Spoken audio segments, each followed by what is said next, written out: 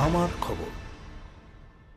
ইউনেস্কোর তরফে world heritage সাইটের স্বীকৃতি পেয়েছে শান্তিনিকেতন। ঐতিহ্য রক্ষার্থে নানা দিক ভাবছেন বিশ্বভারতী কর্তৃপক্ষ। এরই মাঝে এলো ইউনেস্কোর চিঠি। বিশ্বভারতী সূত্রে জানা গিয়েছে, ইউনেস্কোকে বিভিন্ন বিষয় জানিয়ে কোনো থার্ড পার্টি চিঠি করেছে। কে করেছে সে বিষয়ে বিশ্বভারতীও জানে না। সেই চিঠি ইউনেস্কো থেকে পাঠানো হয়েছে বিশ্বভারতীকে এবং কারণ অনুসন্ধান বা সমস্যা সমাধানের বিষয়ে পদক্ষেপ নিতে বলা হয়েছে। বিশ্বভারতীর ভারপ্রাপ্ত জনসংযোগ আধিকারিক অতীক ঘোষ জানান, বিষয়টি নিয়ে ইতিমধ্যেই বৈঠক হয়েছে। ওই চিঠিতে উপাসনা গৃহের সামনে যানজট, টোটোর সংখ্যা, গাড়ি পার্কিং, পিকনিক, কোপাই নদীতে আবর্জনা সহ নানা বিষয়ের উল্লেখ আছে। সবকিছু বিশ্বভারতীর ক্যাম্পাসের মধ্যেও নয়। বিশ্বভারতীর একার পক্ষেও সবটার সমাধান সম্ভব নয়। যে নির্দিষ্ট অংশে যানজটের কথা বলা হয়েছে সেই রাস্তা পিডব্লিউডির অধীনে। কাজেই সব পক্ষের সঙ্গে আলোচনা সাপেক্ষে সমস্যা সমাধানের পথে হাঁটার কথা ভাবছেন কর্তৃপক্ষ। ইউনেস্কোকে কোনো থার্ড পার্টি চিঠি দিয়েছে, সেটা আমাদের জানিয়েছে ইউনেস্কো যে থার্ড পার্টি চিঠি তারা পেয়েছে এবং সেই চিঠিটা আমাদেরকে ফরওয়ার্ড করেছে সেটা দেখতে বলে। কারণ ইউনেস্কোর তো কাছে যদি আপনারাও কেউ চিঠি পাঠান তাহলে ইউনেস্কো অবশ্যই গ্রাউন্ড রিয়ালিটি তো জানে না, তারা ইউনিভার্সিটিকেই বলবে একটা কিছু সেটা ভেবে দেখতে বা সে যাচাই করে দেখতে। ইউনেস্কো আমাদের কোনো স্বতঃপ্রবৃত্ত হয়ে কোনো চিঠি দেয়নি।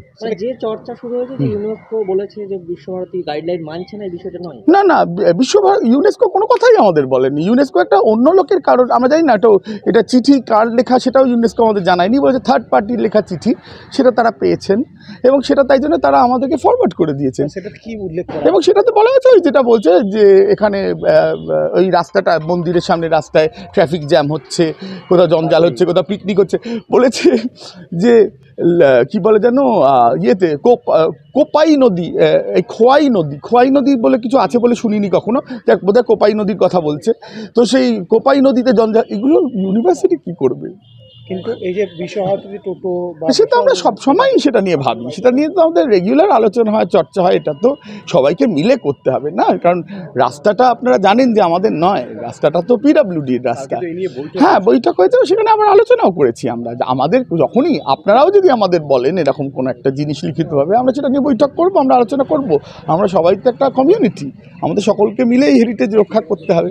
অতএব সেই কারণে ওই চিঠি আমরা পেয়ে ওই চিঠি নিয়েও একটা বৈঠক হয়েছে, তাতেও এটা আলোচনা হয়েছে যে এটা সুষ্ঠুভাবে কীভাবে সুরাহা করা যায়।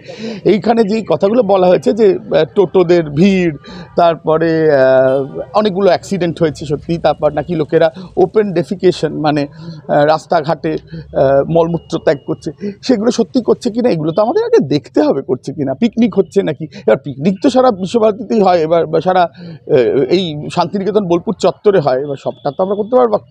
কোপাই নদীতে জঞ্জাল আবর্জনার কথা তোলা হয়েছে, সেটা তো আমাদের হাতে না। অতএব রাজ্য প্রশাসনকেও আমরা জানাবার চেষ্টা করব, আমরাও যতখানি পারি করব। হ্যাঁ, পার্কিংয়ের একটা সমস্যা নিশ্চয়ই রয়েছে, সেই পার্কিংয়ের সমস্যাটা আরও খতিয়ে দেখা হবে, সেগুলো নিয়ে আলোচনা হচ্ছে, আমরা ধীরে ধীরে এগোচ্ছি। ৫,৪০০ স্কোয়ার ফুটের একটি দ্বিতল বাড়ি ভাড়া দেওয়া হবে। বড় কোম্পানি কিংবা বড় ব্যবসার জন্য উপযুক্ত জায়গা। সুরুলে শ্রীনিকেতন বাইপাসের কাছে। বিশ্ববাংলা বিশ্ববিদ্যালয় থেকে মাত্র 2 কিলোমিটার, শ্রীনিকেতন মোড় থেকে মাত্র 2 মিনিট, শান্তিনিকেতন থেকে মাত্র 5 কিলোমিটারের দূরত্বে এই বাড়িটি রয়েছে। ছোট বড় সব ধরনের গাড়ি রাখারও ব্যবস্থা আছে, লিফটও করা যাবে। বিস্তারিত জানতে যোগাযোগ করুন 8918755149 এই নম্বরে। দেখতে চোখ রাখুন আমাদের ফেসবুক ও ইউটিউব চ্যানেলে।